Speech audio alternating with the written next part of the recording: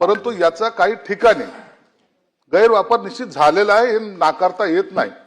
म्हणून आता शासनाने त्या कायद्यामध्ये जो काही बदल केलेला आहे त्या बदलामध्ये काय सांगितलंय की तुम्हाला तुमचा एफआर नोंदवता येईल, परंतु अटक करण्यापूर्वी जो आयओ असेल तो आयओ तो त्याची खात्री करेल.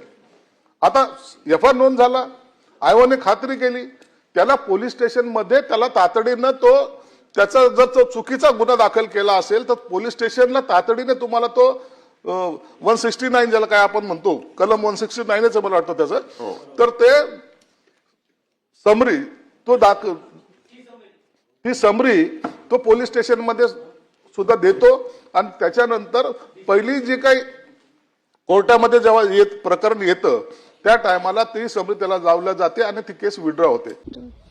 जय भीम, जय शिवराय. आत्ता एक स्टेटमेंट ऐकलं की अॅट्रॉसिटीच्या खूप फेक केसेस व्हायला लागल्यात.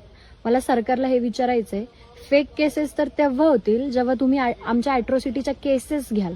मुंबईच्या रस्त्यांवरती उन्हातान्हात महिनाभर आंदोलन केल्यानंतर सुद्धा तुम्ही आमच्या केसेस घेत नाहीत आणि तुम्ही हे म्हणताय तोंड वरती करून की फेक केसेस होत आहेत.